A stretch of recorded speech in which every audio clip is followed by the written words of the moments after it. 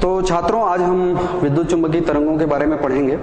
विद्युत चुम्बकीय तरंगों को समझने से पहले हमको यांत्रिक तरंगों के बारे में समझना होगा कि यांत्रिक तरंगे हम किसको कहते हैं।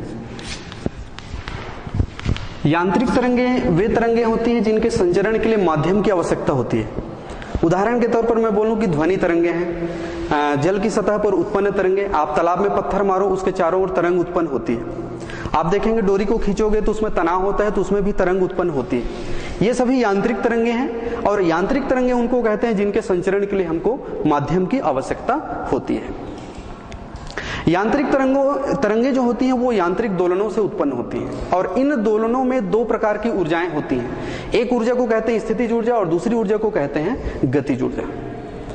ये दोनों ही ऊर्जाएं जो कि यांत्रिक दोलनों से उत्पन्न हुई हैं, एक दूसरे में रूपांतरित होती रहती हैं समय के साथ साथ। और एक समय ऐसा आता है कि इन दोनों का यदि हम योगफल करके देखें एक निश्चित समय के पश्चात, तो इनका योगफल हमेशा नियत होता है।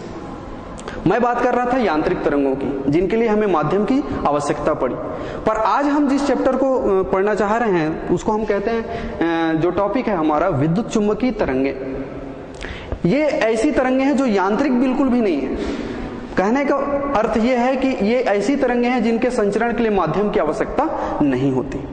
और ये विद्युत चुम्बकीय तरंगे जो है विद्युत चुम्बकीय दोलनों से उत्पन्न होती हैं, और इनमें भी ठीक उसी तरह से दो प्रकार की ऊर्जाएं होती हैं। एक ऊर्जा को हम कहते हैं विद्युत ऊर्जा, और दूसरी ऊर्जा को हम कहते हैं चुंबकीय ऊर्जा। समय के साथ साथ ये दोनों ऊर्जाएं भी एक दूसरे में रूपांतरित होते रहते हैं, और एक निश्चित समय में हम देखें तो एक अंतराल हम देखें तो इनका योगफल भी हमेशा नियत होता है, बिल्कुल वैसा ही जैसा यांत्रिक तरंगे हैं। तो आप समझ ही गए होंगे कि यांत्रिक तरंगे क्या हैं और विद्युत चुम्बकीय तरंगे क्या हैं। यदि मैं सही अर्थों में कहूं तो विद्युत चुम्बकीय तरंगे ऐसी तरंगे हैं जिनके संचरण के लिए माध्यम की आवश्यकता बिल्कुल नहीं पड़ती। जैसे निर्वात में कोई माध्यम नहीं है तो वहां पर विद्युत चुम्बकीय तरंगे आसानी से संचरित हो सकती हैं। मैंने कहा इससे पहले कि विद्युत चुम्बकीय तरंगे विद्युत चुम्बकीय दोलनों से उत्पन्न होती हैं। तो हम देखेंगे कि विद्युत चुम्बकीय दोलनों से ये कैसे उत्पन्न होती है।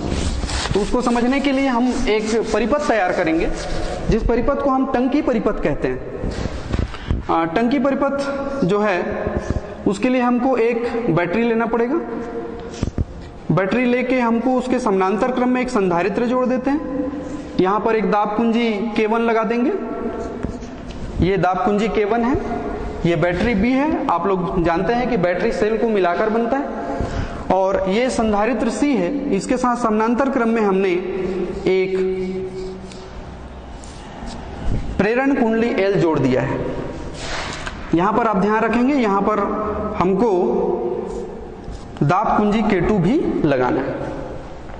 तो विद्युत चुम्बकीय दोलन उत्पन्न करने के लिए एक परिपथ हमने तैयार किया है। एक बैटरी B लेते हैं, उसके साथ समानांतर क्रम में संधारित्र C लेते हैं, उसके साथ समानांतर क्रम में प्रेरण कुंडली L लेते हैं। यहां पर आप देख रहे हैं कुंजी K1 और कुंजी K2, इनको दाब कुंजियां कहते हैं। ठीक है।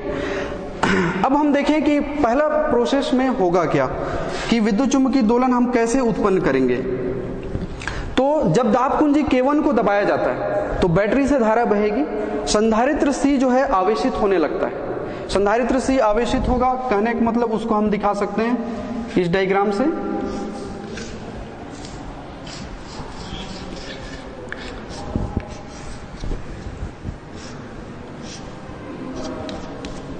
यहां पर धारा हमेशा धन इलेक्ट्रोड से ऋण इलेक्ट्रोड की ओर बहती है। तो ये हमने दिखा दिया कि संधारित्र किस तरह से आवेशित हो रहा है। संधारित्र आवेशित हो रहा है मतलब उसमें विद्युत ऊर्जा संचित हो रही है। ये उस समय की स्थिति हो गई। ठीक है। अब जब संधारित्र से पूर्ण रूप से आवेशित हो जाता है तो उस समय हम दाब कुंजी K1 को छोड़कर दाब कुंजी K2 को दबाते हैं। तो इस स्थिति में संधारित्र C प्रेरण कुंडली L में विसर्जित होने लगता है। विसर्जित होने लगता है मतलब प्रेरण कुंडली L में धारा बहेगी। धारा बहेगी तो उसके चारों ओर चुंबकीय क्षेत्र उत्पन्न होगा। चुंबकीय क्षेत्र उत्पन्न होगा तो उसमें प्रेरित धारा भी उत्पन्न होगी। तो इस स्थिति में जो अपना जो चित्र बनेगा उसको हम कैसे दिखाएंगे, कि जब संधारित्र पूरी तरह से विसर्जित हो जाए उस स्थिति को हम कैसे दिखा सकते हैं। तो वो स्थिति ऐसी हो जाएगी यहां पर चूंकि धन इलेक्ट्रोड से धारा बहती है तो हम उसको ऐसे दिखा सकते हैं, इस तरह से, और ये दिशा इस तरह होगी। ये संधारित्र सी जो है प्रेरण कुंडली में विसर्जित हो गई तब की स्थिति है। और जब पूरी तरह से संधारित्र सी इसमें विसर्जित हो जाती है तो विद्युत ऊर्जा उस समय शून्य होगी और चुंबकीय ऊर्जा उस समय अधिकतम होगी। यह दूसरी स्थिति हुई दोलन की। अब दोलन की तीसरी स्थिति देखते हैं कि जब विसर्जन पूरी तरह से समाप्त हो जाता है, उस समय धारा का प्रवाह कुंडली में बंद हो जाता है। आप जानते हैं धारा का प्रवाह बंद होगा तो फ्लक्स के मान में कमी आएगी, फ्लक्स के मान में कमी आएगी तो विद्युत वाहक बल कम होगा तो उससे यह होगा कि संधारित्र सी जो है विपरीत दिशा में आवेशित होने लगता है। तो इस समय चुंबकीय ऊर्जा विद्युत ऊर्जा में परिवर्तित होने लगेगी। तो उस स्थिति को हम चित्र सी से दिखाएंगे, जो कि इस तरह होगा कि संधारित्र सी अब विपरीत दिशा से आवेशित होने लगेगा। इस तरह से विपरीत दिशा से आवेशित होगी तो हम प्लस चार्ज को इधर लेंगे,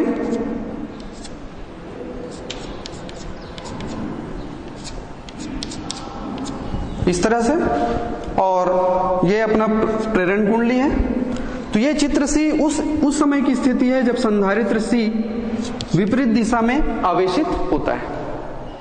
ठीक है। इसके बाद हम देखते हैं कि इसके जस्ट पश्चात यदि हम देखें तो संधारित्र सी का विपरीत दिशा में पुनः विसर्जन भी होगा प्रेरण कुंडली एल में। तो ये जो दिशा है, जो पहले वाली दिशा है जो सीधे दिशा में विसर्जित हुई थी, अब विपरीत दिशा में विसर्जित होगी। तो थोड़ा सा हमारा चित्र बदल जाएगा, इस समय जो डायग्राम होगा वो बदल जाएगा। वो इस तरह हो जाएगा, दिशा बदल जाएगी पहले से।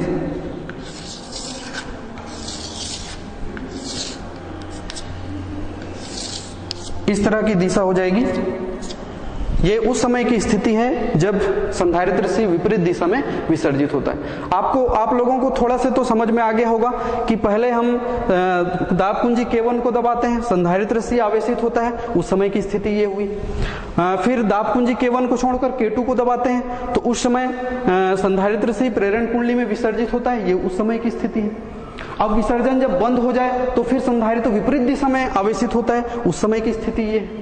और विपरीत दिशा में उसके पश्चात फिर से वो विसर्जित हो जाए तो उस समय की स्थिति को हम चित्र डी, इसको अपन चित्र डी मान लें, से दिखाते हैं। फिजिक्स में चित्रों का बहुत महत्व होता है, इसलिए मैंने पूरे सिद्धांत के साथ चित्रों की सहायता से आपको समझाया है।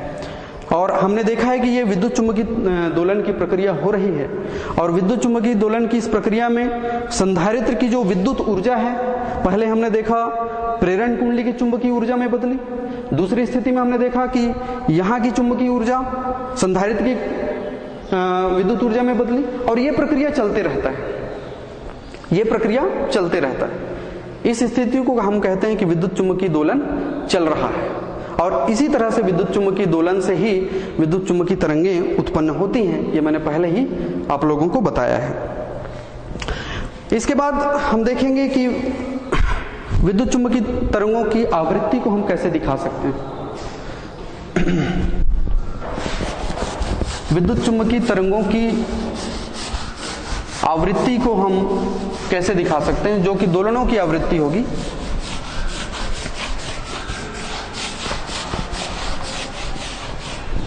तो विद्युत चुम्बकीय दोलनों की आवृत्ति को आप जानते हैं न्यू से दर्शाते हैं।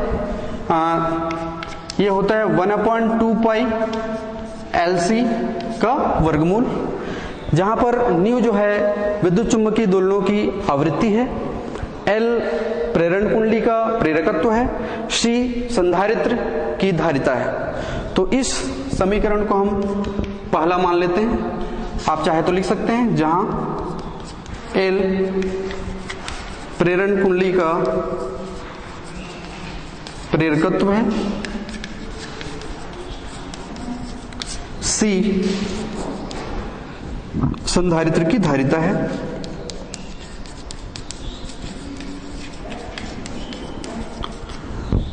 तो इस तरह से हमने देखा कि विद्युत चुम्बकीय तरंगें ऐसी तरंगें हैं जिनके संचरण के लिए माध्यम की आवश्यकता नहीं होती और जो कि विद्युत चुम्बकीय दोलनों से उत्पन्न होती हैं।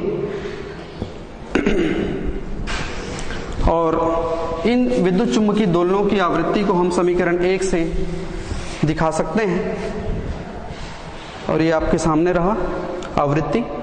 इसके बाद हम देखते हैं कि विद्युत चुम्बकीय दोलनों को हम परिभाषित कैसे करेंगे। तो चलिए देखते हैं।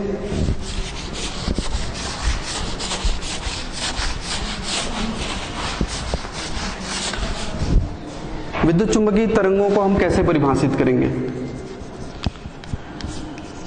विद्युत चुम्बकीय तरंगे,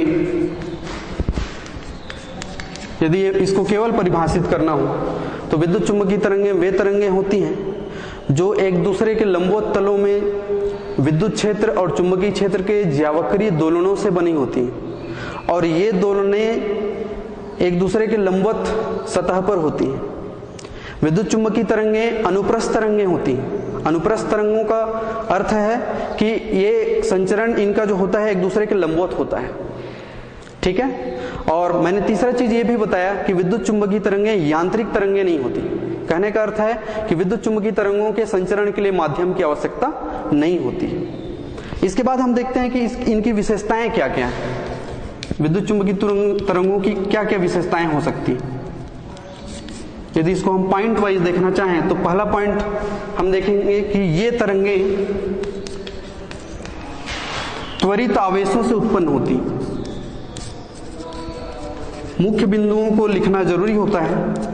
ये तरंगे त्वरित आवेशों से उत्पन्न होती हैं। दूसरा, विद्युत चुम्बकीय तरंगे अनुप्रस्थ तरंगे होती हैं। ये तरंगे अनुप्रस्थ तरंगे होती हैं। और तीसरा, यदि हम देखें तो इन तरंगों में विद्युत क्षेत्र और चुंबकीय क्षेत्र समान कला में होते हैं। समान कला में होते हैं।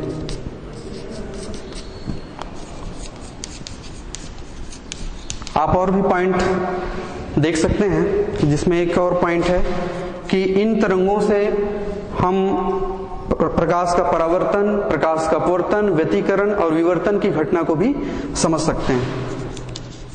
इन तरंगों से प्रकाश का परावर्तन,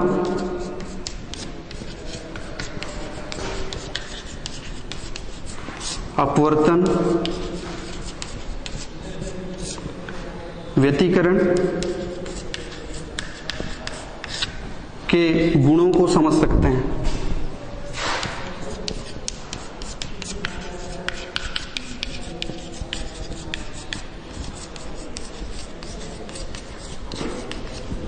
तो ये इस तरह से विद्युत चुम्बकीय तरंगों की परिभाषा हो गई और विद्युत चुम्बकीय तरंगों की विशेषताएं हो गई, ठीक है। इसके बाद हम देखेंगे कि मैक्सवेल एक बहुत बड़े भौतिक शास्त्री थे। उन्होंने इनके बीच एक रिलेशन बताया था, एक संबंध बताया था प्रकाश की चाल के मध्य। आप लोगों को पता होगा कि विद्युत चुम्बकीय तरंगे प्रकाश की चाल से गतिमान होती। प्रकाश की चाल आप सबको मालूम होना चाहिए 3 × 10⁸ मीटर प्रति सेकंड से गति करती है और आज तक उनसे ज्यादा गतिमान कोई नहीं हुआ। ध्वनि की गति जो कि यांत्रिक तरंग है आपको मालूम होगा 332 मीटर प्रति सेकंड होता है, लेकिन विद्युत चुम्बकीय तरंगों की गति जो है प्रकाश के चाल के समान है 3 × 10⁸ मीटर प्रति सेकंड। यदि किलोमीटर में मैं कहना चाहूं तो 3 लाख किलोमीटर प्रति सेकंड। एक सेकंड में 3 लाख किलोमीटर। इस संसार में ऐसी कोई वस्तु नहीं जो इतनी तेज गति से गतिमान हो। तो ये खासियत है विद्युत चुम्बकीय तरंगों की। इसके तुरंत बाद हम देखेंगे कि इसको समीकरण के रूप में यदि हम दिखाना चाहें तो कैसे दिखाएं।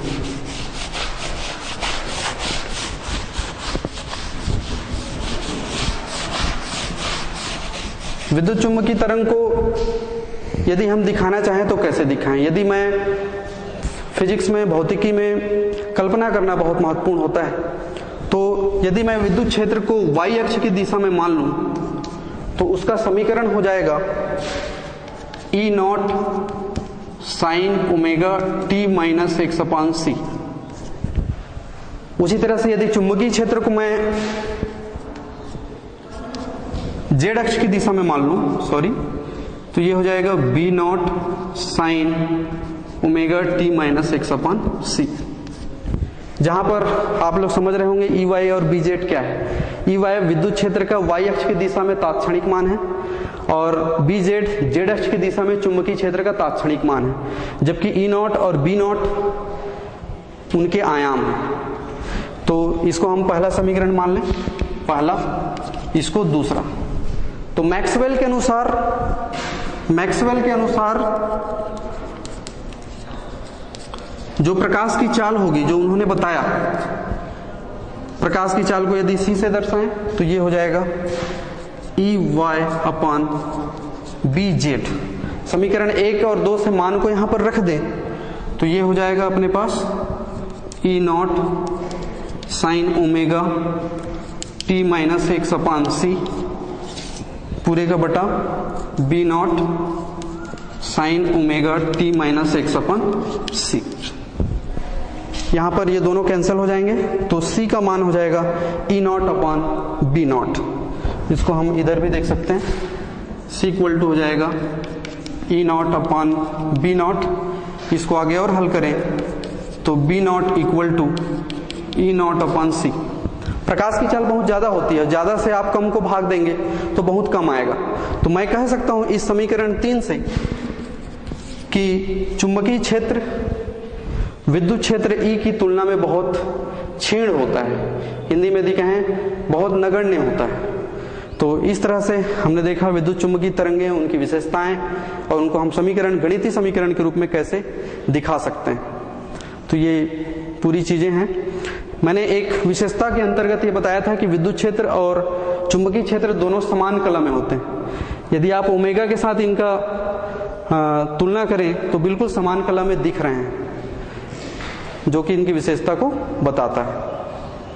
ठीक है, इसके बाद हम देखेंगे कि विद्युत चुंबकीय तरंगों की चाल को हम कैसे बता सकते हैं। इसको मिटा देता हूं।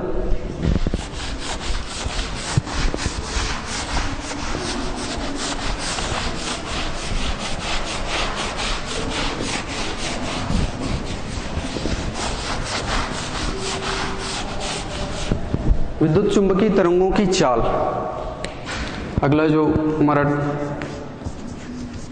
विद्युत चुंबकीय तरंगों की चाल। मैंने पहले ही बताया कि विद्युत चुंबकीय तरंगें प्रकाश की चाल से गतिमान होती। तो यदि इसको समीकरण के रूप में दिखाना चाहूं तो C equal to 1/μ naught epsilon naught. इसको हिंदी में भी वही बोलते हैं, इसका ये वर्गमूल हो जाएगा, जहां पर म्यू नॉट क्या है और एप्सिलॉन नॉट क्या है। म्यू नॉट निर्वात की चुंबकशीलता है, एप्सिलॉन नॉट निर्वात की विद्युतशीलता है। ठीक है, इसको हम थोड़ी देर के लिए पहला समीकरण मान लेते हैं। ठीक है, अब हम किसी माध्यम में प्रकाश की चाल देखते हैं। किसी माध्यम में प्रकाश की चाल, तो माध्यम में प्रकाश की चाल को हम V से दर्शाएं तो ये हो जाएगा 1/μ एप्सिलॉन। अब आप समझ रहे होंगे कि म्यू क्या है और एप्सिलॉन क्या है। म्यू जो है माध्यम की विद्युतशीलता है, चुंबकशीलता है। एप्सिलॉन निर्वात की, माध्यम की विद्युतशीलता है। सॉरी, ये इसको हम दूसरा मान लेते हैं। परंतु आपको मालूम होगा कि म्यू इक्वल टू क्या होता है। म्यू इक्वल टू होता है mu naught mu r. Epsilon equal to होता है epsilon naught epsilon r. Mu r आपेक्षिक चुंबकशीलता है और एप्सिलॉन आर आपेक्षिक विद्युतशीलता है। इन मानों को समीकरण 2 में रख देते हैं। समीकरण 2 में मानों को रखने पर 2 में मानों को रख देते हैं तो माध्यम में प्रकाश की चाल हो जाएगी 1/μ0 μr और हो जाएगी ε0 εr। आगे यदि इसको हल करें तो μ0 ε0 का वर्गमूल और ये हो जाएगा μr εr का वर्गमूल। इसको हम समीकरण तीसरा कर लें। समीकरण पहला और तीसरा को यदि हम मिला के देखें तो क्या कर सकते हैं। समीकरण पहला और तीसरा से, समीकरण पहला और समीकरण तीसरा से यदि हम देखें तो माध्यम में प्रकाश की चाल हो जाएगी, ये 1/μ0 ε0 ये c है तो c हो जाएगा वो c/μr ε r। इसको चौथा मान लेते हैं। यहां पर मान लेते हैं माना ईटा इक्वल टू μr ε0 का वर्गमूल। ये माध्यम का अपवर्तनांक है ईटा, तो दैट इसका अर्थ ये हुआ कि c/, हो जाएगा ईटा। यहां से हम ईटा का मान देखें तो c/v हो जाएगा और यही हम निकालना चाह रहे थे, माध्यम का अपवर्तनांक। हिंदी में मैं कहूं माध्यम का अपवर्तनांक होता है निर्वात में प्रकाश की चाल बटे माध्यम में प्रकाश की चाल, दोनों को डिवाइड कर भाग दे दें तो जो आएगा वो माध्यम का अपवर्तनांक होगा। तो आज हमने विद्युत चुम्बकीय तरंगें और उनके बारे में समझा। धन्यवाद।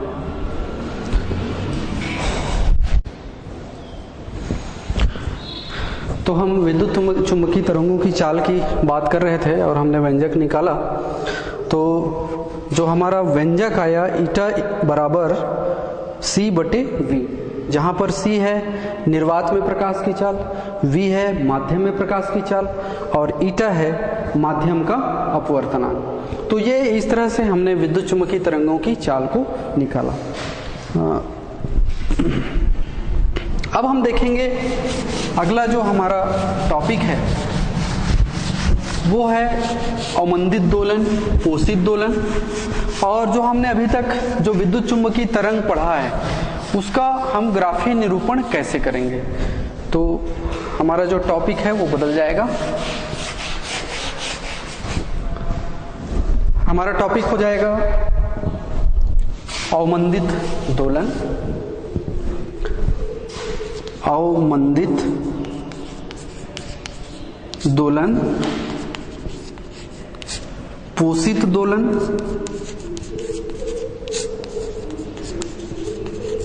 फिर है विद्युत चुम्बकीय तरंगों का ग्राफीय निरूपण। विद्युत चुम्बकीय तरंग का ग्राफीय निरूपण।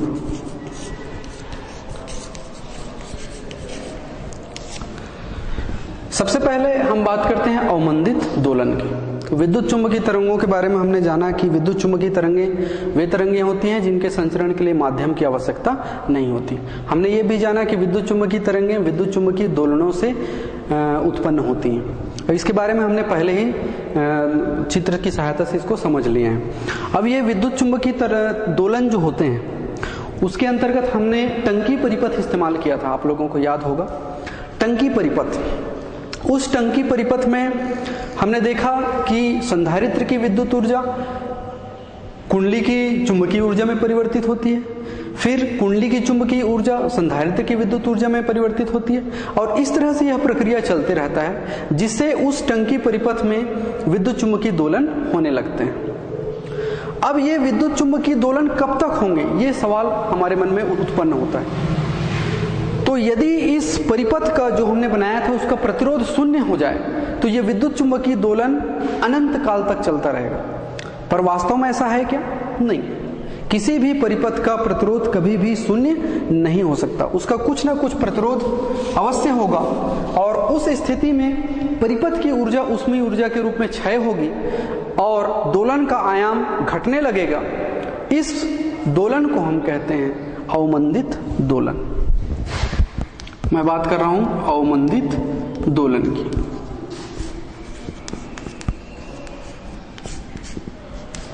किसी भी परिपथ का प्रतिरोध कभी भी शून्य नहीं होता, तो उस स्थिति में परिपथ की ऊर्जा क्षय होगी, उसमें ऊर्जा के रूप में क्षय होगी, तो जिससे दोलन का आयाम लगातार घटते चले जाएगा और इस दोलन को हम कहेंगे अवमंदित दोलन। इसको ग्राफ के रूप में हम कैसे दिखा सकते हैं?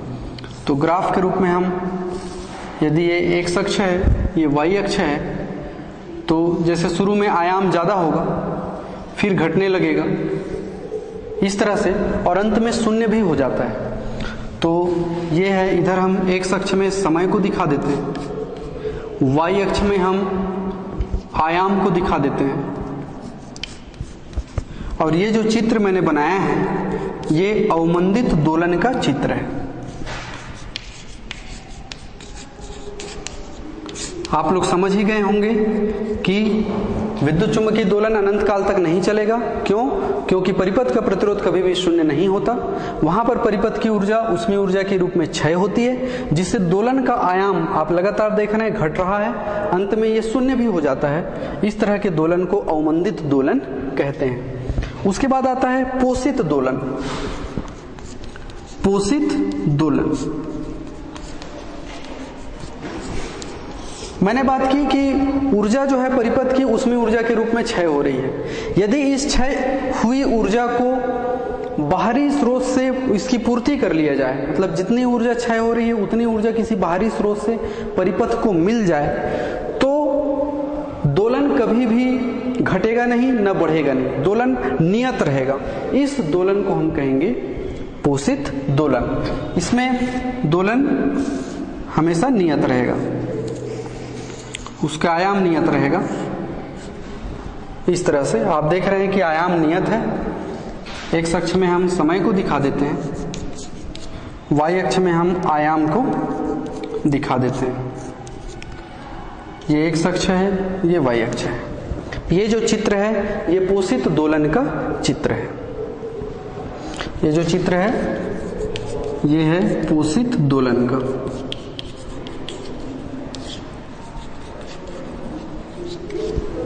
ठीक है, तो हमने जाना कि किस तरह से अवमंदित दोलन और पोषित दोलन होते हैं। अब हम देखेंगे जो हमारा अगला टॉपिक है, विद्युत चुम्बकीय तरंग का ग्राफी निरूपण।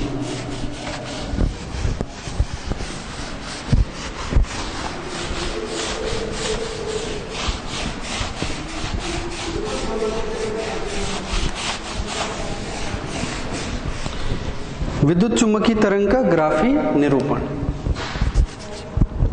विद्युत चुम्बकीय तरंग का ग्राफी निरूपण। हम इसको ग्राफ के रूप में कैसे इसको बता सकते हैं? तो मैंने पहले भी कहा था कि विद्युत चुम्बकीय तरंग अनुप्रस्थ तरंगें होती। विद्युत चुम्बकीय तरंगें अनुप्रस्थ तरंगें होती हैं। क्यों होती हैं? क्योंकि इनमें विद्युत क्षेत्र और चुंबकीय क्षेत्र एक दूसरे के लंबवत तल, मतलब हम कहें तरंग संचरण की दिशा के लंबवत दोलन करता है। क्योंकि विद्युत क्षेत्र और चुंबकीय क्षेत्र तरंग संचरण की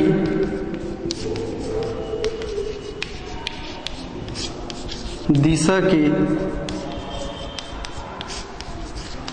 लंबवत दोलन करते हैं।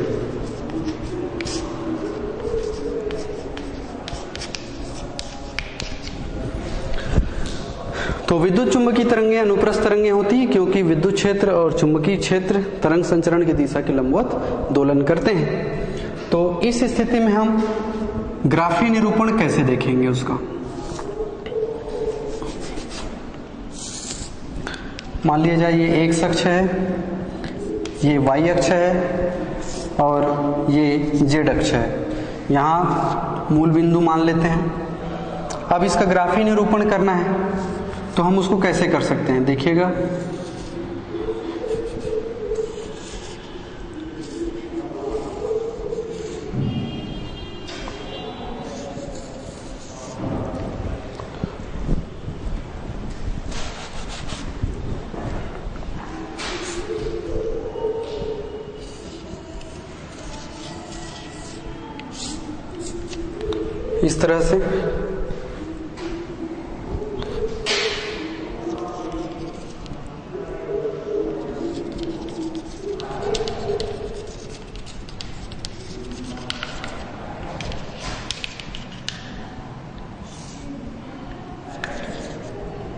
इस तरह से हम ग्राफीय निरूपण कर सकते हैं। y अक्ष में हम विद्युत क्षेत्र को ले लेते हैं।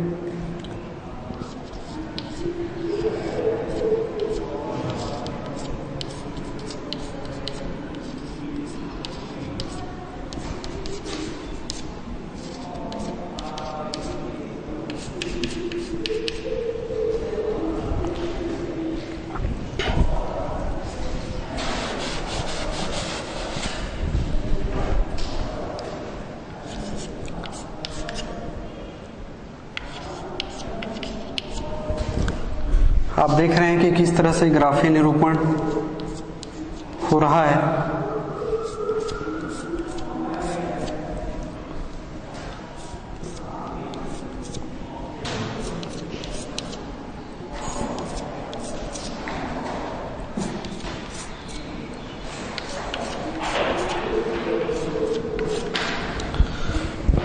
हम y अक्ष में विद्युत क्षेत्र को ले लेते हैं।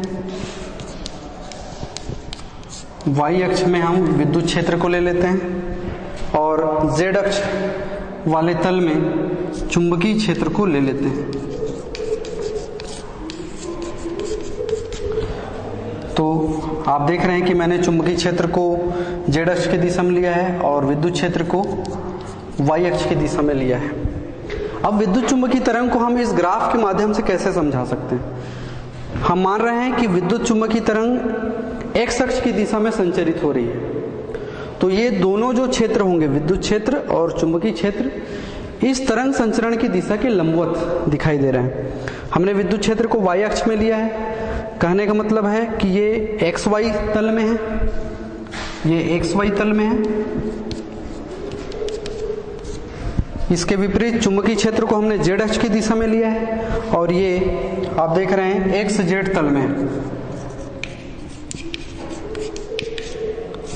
तो इस तरह से ग्राफ के माध्यम से भी हम विद्युत चुंबकीय तरंग को दिखा सकते हैं। इसकी विशेषता को हमने पहले भी पढ़ चुके हैं कि विद्युत चुंबकीय तरंगे के संचरण के लिए माध्यम की आवश्यकता नहीं होती। दूसरा, ये यांत्रिक तरंगे नहीं होती। तीसरा, ये अनुप्रस्थ तरंगे होती हैं। और चौथा, ये त्वरित आवेशों से उत्पन्न होती हैं। और पांचवा, जो हमने बहुत सारे जो पहले भी पढ़ा है, प्रकाश का परावर्तन, अपवर्तन, व्यतिकरण, विवर्तन, ध्रुवण, इन घटनाओं को भी हम इसके माध्यम से समझ सकते हैं।